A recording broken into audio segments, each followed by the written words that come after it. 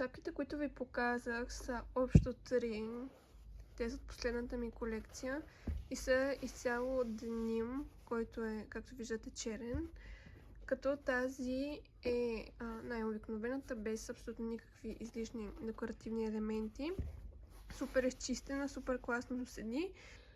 Следващата е с този черен кант, който също е много красив. Има го и в кафяв цвят този кант. Ако някой иска такава шапка, обаче с друг цвят, може да ми пише. Аз ще измисля нещо. И следващата е тази, разбира се, която стана толкова вайрал и не се продава, защото това всичкото е шито и лепено на ръка и е скандално много труд. Отвътре с сатен забравих да спомена.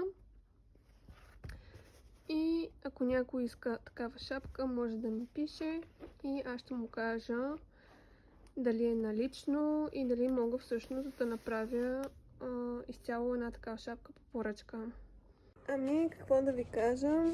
Аз така си ходя за хляба всяка сутрин. Напълно небрежно.